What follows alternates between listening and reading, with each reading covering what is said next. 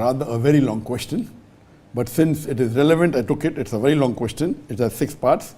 So since it's a long question and the answers are also going to be long, this would be the last question before we end the session. This question is, Assalamu alaikum wa alaikum assalam wa rahmatullahi wa barakatuh. Peace be on you. Name Ibrahim to Ibrahim. Profession student. City Banani Model Town, Dhaka, Bangladesh. Here are some specific questions related to the current situation in Bangladesh that I want to ask Dr. Zakir Naik.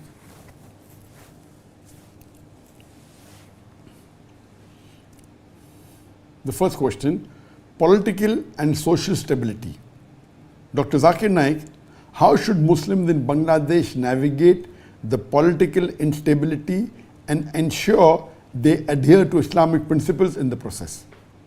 What advice do you have for Muslims in Bangladesh facing social and political unrest? Question number 2, religious freedom and rights. What is the Islamic perspective on protecting minority rights in a predominantly Muslim country like Bangladesh? How should Muslims in Bangladesh respond to challenges related to religious freedom and interfaith harmony? Question number 3, economic challenges.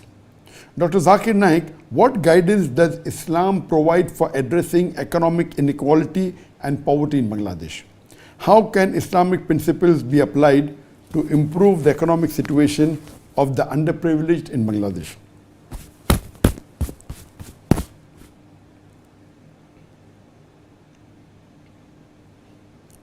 Question number 4, education and youth. What role should Islamic education play in addressing the contemporary challenges faced by the youth in Bangladesh? How can young Muslims in Bangladesh balance modern education with traditional Islamic teachings? Question number 6. Question number 5, cultural and social issues. Dr. Zakir Naik, what is your advice on combating cultural degradation while preserving Islamic values in Bangladesh? How should Muslims in Bangladesh address issues such as corruption and moral decline in society? Question number 6, healthcare and welfare. What are the Islamic guidelines for ensuring healthcare and welfare for citizens in a country like Bangladesh? How can Islamic charitable organizations in Bangladesh be more effective in providing social services? Please, for the sake of Allah, answer these questions live on social media. This is a very long question which has 6 questions to it. Inshallah, I will read one question and reply. And this will be the last question before we end the session. The first question posed by Brother Ibrahim was political and social stability. Dr. Zakir Naik, how should Muslims in Bangladesh navigate the political instability and ensure they adhere to Islamic principles in the process? What advice do you have for Muslims in Bangladesh facing social and political unrest? As far as political and social stability is concerned, the best is to follow the guidelines of the glorious Quran and authentic Hadith. There is no better book than the Quran, than the authentic Hadith in terms of politics, in terms of stability and social stability and political stability. The best books on politics is the glorious Quran and the Hadith. And the best people that ruled a state was the time of Prophet Muhammad sallallahu alaihi wasallam, at the time of Khulafa Rashidin, at the time of the Khalifa, Hazrat Abu Bakr, Hazrat Umar, Hazrat Osman, Hazrat Ali. So if you ask me what is the best for Bangladesh, is to follow Quran and Sunnah. The way the Prophet and the Khulafa Rashidin ruled the state at that time, that is the best example. There's nothing better than that. And it's described in detail in the Quran and the Sahih Hadith. But natural, you cannot implement it overnight. So my advice to you would be, as far as political and social stability is concerned, that today see in the world that I cannot point out a single Muslim country which is following Sharia as a whole. But there are certain aspects in which certain things are more adhered to Quran and Sunnah as compared to other things. So look around the Muslim country that you have and see how well they are ruling the country. Since Bangladesh and Pakistan separated from India on the basis of religion, on the basis of Islam, it is mandatory that the country should make Quran as the constitution. It's unfortunate that Pakistan separated. Of course, the Nia may be good, but today when we look at it and we realize, so Pakistan is the only country in the world that we know, besides Israel, that has split in the name of religion. Of course, Bangladesh was earlier called as East Pakistan, and this was West Pakistan. So I feel that Bangladesh, they split on the basis of religion. They should make Quran the constitution. Unfortunately, after the father of the previous prime minister, Sheikh Hasina, was a dictator, she fled after the protest started. Her father also, her father Mujibur Rahman, he was not Islamic, he was more of a secular person, and he made the country as secular. So initially, East Pakistan was part of Pakistan. Then they fought again for the freedom for what? They already got the freedom from India. They made a new country in the name of Islam. So you cannot make a country in the name of Islam and then make the country a secular country. It is absurd. So number one, Bangladesh should not be made as a secular country. It should be made as an Islamic country, and they should follow the constitution of the Quran and the Sahih Hadith. And they should have the social and the political system as per the Quran and Sahih Hadith. If you do that, inshallah, you'll be successful. Now, coming to the point that, as I told, there is no country in the world today that is following Sharia 100%. But that doesn't mean it will not happen. Allah subhanahu wa ta'ala promises in the Quran in no less than 3 different places. In Surah Tawbah chapter 9 verse number 33, in Surah Fatah chapter 48 verse 28, and Surah Saf chapter 61 verse number 9, where it says, Allah says, هُوَ الَّذِي أَرْسَلَ رَسُولَهُ بِالْهُدَى وَالدِّينُ الْحَقِّ لِيُظْهِرَهُ عَلَى الدِّينِ كُلِّهِ, that Allah sent His messenger with guidance and the religion of truth, so that it will prevail over all the other religions, over all the other isms. However much the mushriks don't like it. In 2 places, Allah says that وَلَوْ قَرِيَ الْمُشْرِكُونَ, however much the mushriks don't like it, the idol worshippers don't like it. And one place Allah says that وَكَفَى بِاللَّهِ شَهِيدًا, and enough is Allah as a witness. So Allah is giving a promise.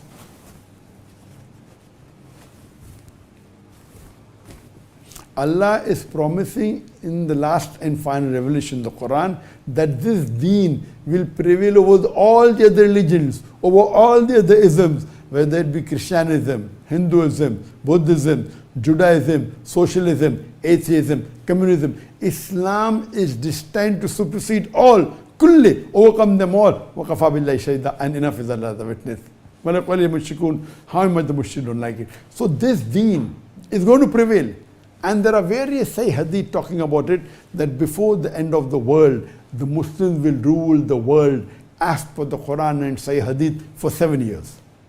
So whether Bangladesh follows the Quran or not, a time will come that the full world will be ruled by Quran and Sahih Hadith. So my advice to you would, that if you want to politically solve the problem of Bangladesh, see to it you follow the Quran and the Sahih Hadith. Don't follow what was done by Mujibur Rahman, make a secular country. You fought for your religion, for your deen, and now you're betraying your own deen. So number one is rule it according to the Quran and Sunnah. And inshallah there will be social stability and political stability. The second part of the question was religious freedom and rights. What is the Islamic perspective on protecting minority rights in a predominantly Muslim country like Bangladesh?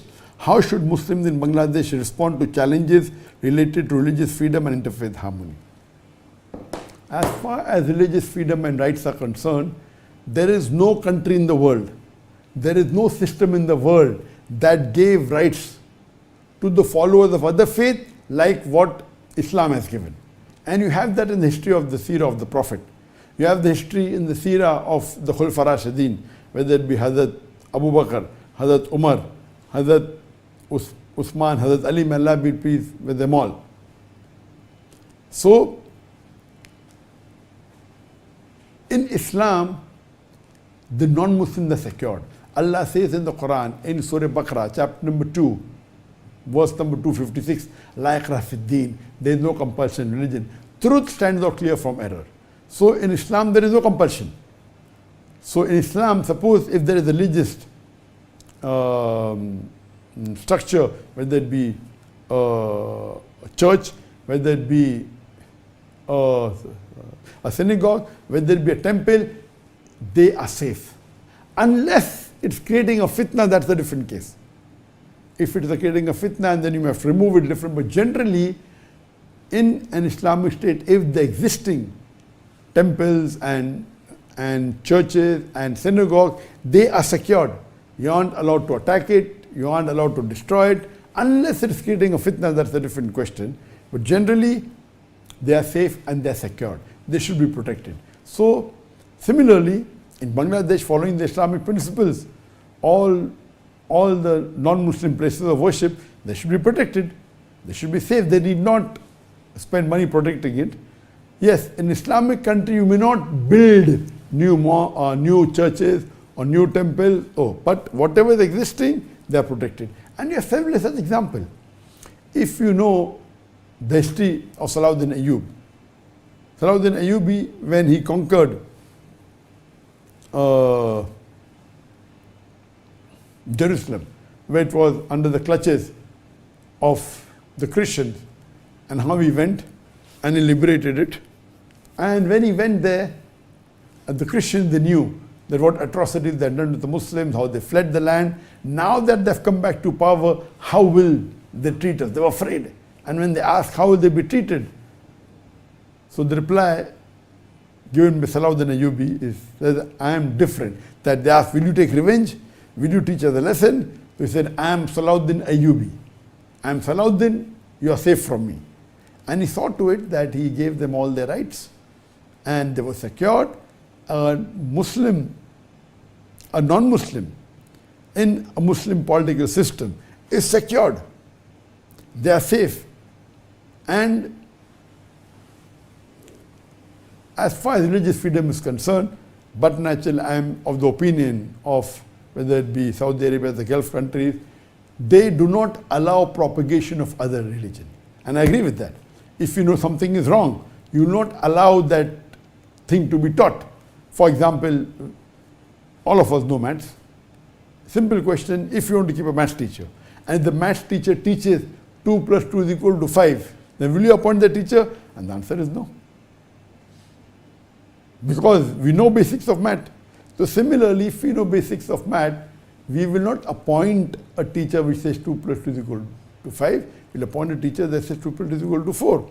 So similarly, as far as religious freedom is concerned, they can practice the religion.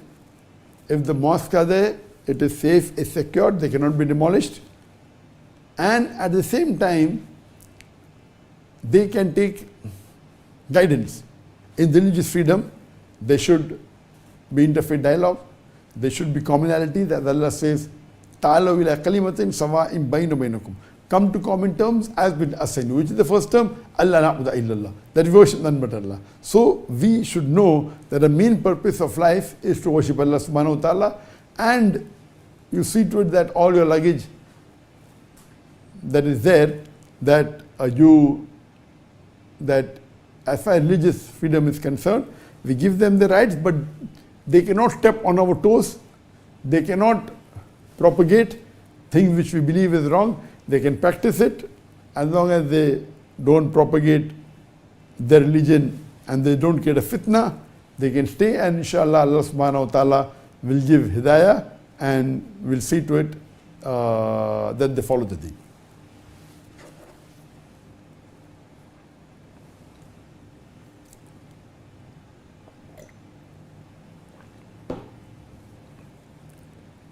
The third part of the question is economic challenges. Dr. Zakir Naik, what guidance does Islam provide for addressing economic inequality and poverty in Bangladesh? How can Islamic principles be applied to improve the economic situation of the underprivileged in Bangladesh?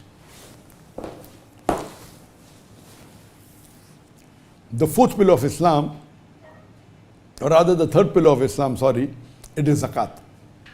The first is Tawheed, second is Salah, third is zakat. And according to the third pillar of Islam, that is zakat, every rich Muslim who has a saving of more than the nisab level, has a saving of more than 85 grams of gold, he or she should give 2.5% of that saving in charity. It's compulsory zakat every year, every lunar year. So in this system, what Islam proposes is there should be a Baitul Mal or a Zakat Baitul Mal. That means zakat of the full community, all in the full country is collected, and then if it's under one entity, under one banner, it will be more powerful, it will be more effective. So if the system of Baitul Mal, that you put your zakat into Baitul Mal, and the Baitul Mal is again the economic system is such that if you put Baitul Mal, that Baitul Mal can support various activities. If it's a centralized Baitul Mal, the amount collected would be huge, and then you can decide whether you should renovate the mosque or whether you should make a new complex, where should you invest. So if the Baitul Mal is big, it can help the Muslim Ummah and the social benefits. The economic challenges is that you should give zakat. And if you give zakat, Al-Quran says in Surah Hashr chapter 15 verse number 7, it prevents the wealth from circulating only amongst the rich. And as far as economy is concerned, Allah has told us in several places, including Surah Baqarah, chapter number 2, verse number 75, verse number 78, that Muslims should not deal in riba as interest. Today, unfortunately, the full world economy is controlled by riba, and therefore the power of economy is in the hands of few Jews, which they control the banks of the world. So Islam is against interest-based banking. Islam is against doing business on interest. Riba is prohibited. But there is an Islamic alternative, which is called a Sharia-compliant bank. And these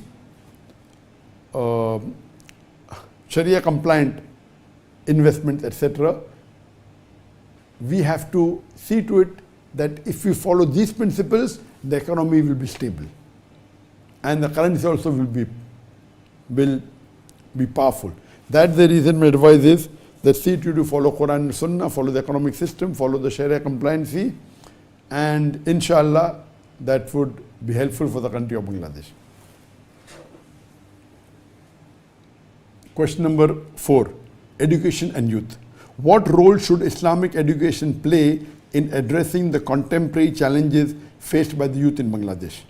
How can young Muslims in Bangladesh balance modern education with traditional Islamic teaching?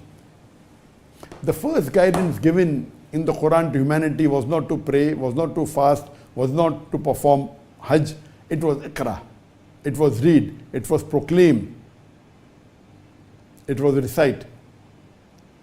So the first guidance given to humanity in the glorious Quran was to educate yourself. And it's compulsory on every Muslim man or woman to acquire knowledge. That is the hadith of the Prophet. So education is a must. Regarding education and youth, and of course for the youth it's more important. And how should you incorporate the Islamic teaching? We had launched a school in Bombay in the year 2001, Islamic International School, and our motto was education for both the worlds. That means educate the children on the Islamic pattern. At the same time, it was affiliated with the IJCS. So the degrees coming from UK, so there were the formal subjects and the Islamic subject. The formal degree recognition came from UK, So we were registered under the IGCSE system. It's the largest recognized system in the world, where there are tens of thousands of students every year passing. So no one will say it's a Muslim-owned school or it's a Indian school. The degree is coming from UK. So our motto was education for both the worlds. So it was formal education, Islamic education. We saw to it that we taught Islam from nursery and started reading the Quran in junior KG, senior KG. Hifz started from first standard. By the time the child reaches fourth or fifth, he's Hafiz al-Quran. So we select some students, and it was a dual language of instruction, Arabic and English. Arabic is the language of the Quran, language of the Hadith. So we felt it's important that our students know Arabic as a language.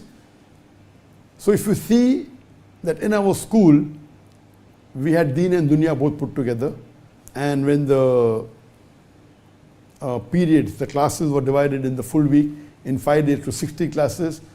If you analyze, maybe 35–40% were in Arabic, the remaining in English. And even the English subjects, there was a separate subject called Islamic Studies. It was, talking about Islam in English language, so those who don't understand Arabic, etc., they understand directly, and they gain. So it was Islamic Studies in English. So if you put Arabic together and the Hifz together and the Islamic subjects in Arabic, Tawheed, Sharia, Fiqh, etc., along with the English Islamic studies put together, so more than 50% was Islam. MashaAllah. So education, it was a unique school and was doing very well, but when we did Hijrah, of course now it's not the same as before. But my advice is that we should have this combination of education for both the world, like how we had in Bombay, and this will be the best to educate the children and the youth. They will be inclined towards modern technology, etc., but according to Sharia compliance. This will be the best, and the country will progress maximum in this. There are two more sub-questions to it before we end this session. The fifth question is cultural and social issues. Dr. Zakir Naik, what is the advice on combating cultural degradation while preserving Islamic values in Bangladesh? How should Muslims in Bangladesh address issues such as corruption and moral decline in society? How can you solve the problems of culture and social issues in Bangladesh? And he has pointed out two things about corruption and moral declinity. The moral values are declining. Allah says in the Quran in Surah Baqarah chapter 2 verse 188 that do not use your wealth as the bait for judges in order to eat other people's wealth. Here Allah is telling in a nutshell that bribing is haram. You cannot use your wealth to bribe the judges to give the verdict in your favor. So bribing is prohibited in Islam, and also talking about the moral values that are declining. So if you follow the Islamic principles, what Allah has said, then inshallah the moral values will not be declined. If you break the Islamic principles, there will be problem. Like, for example, morality has declined. You see women in the Muslim country, they are freely, they are walking without the head covered, they are wearing mini skirts, they are following the Western culture. So if you follow and realize, as Quran says in Surah Nur, chapter number 24, verse number 30, that say to the believing man that he should lower his gaze and guard his modesty. That means Quran, before talking about hijab for women, talking about hijab for men. And Allah subhanahu wa ta'ala has given the guidelines. And if you follow the guidelines, inshallah you will get success and you will have the best economical system in the world.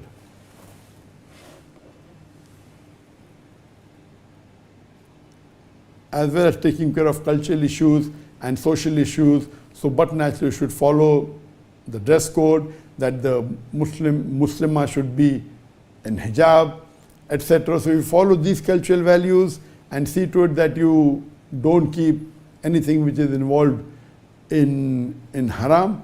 inshallah it will make you more successful in this dunya and akhirah. And the last part of this question, the sixth part, healthcare and welfare. And with this we'll end our session. What are the Islamic guidelines for ensuring healthcare and welfare for all citizens in a country like Bangladesh? How can Islamic charitable organizations in Bangladesh be more effective in providing social services? Please, for the sake of Allah, answer this question live on social media. What are the Islamic guidelines for healthcare and welfare? Again, the guidelines of the Quran. It is the Hadith, and see to it that you give health care properly to the citizens. Don't be like USA, where there is no, actually the government doesn't provide free medical for the citizens of USA, unlike India, unlike Malaysia. They have a very good system, and the health system is very good, that if you have a health problem, see to it that you have hospitals that are government hospitals which take care of the situation, that you don't have to spend exorbitant in admitting yourself to the non-Muslim hospitals. But the main guideline here is Quran and Sunnah. So if you want social stability and other aspects,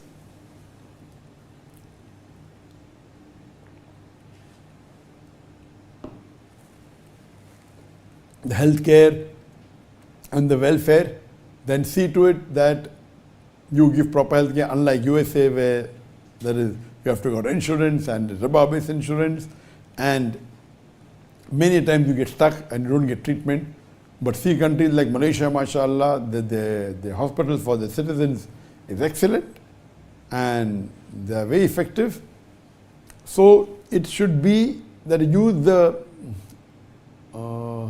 Baitul Mal or Zakat to solve this problem. And if the Bangladesh is poor, you give them free treatment. You have hospitals that take care of the poor people, and whatever disease that's prevalent, it's the birthright of a human being that he gets the basic treatment. So if you apply the Islamic principles, it will be more successful, unlike applying the principles of the others, where you'll lose more in this dunya as compared to akhirah. So the basic answer is, for all the 6 points, follow Quran and Sunnah.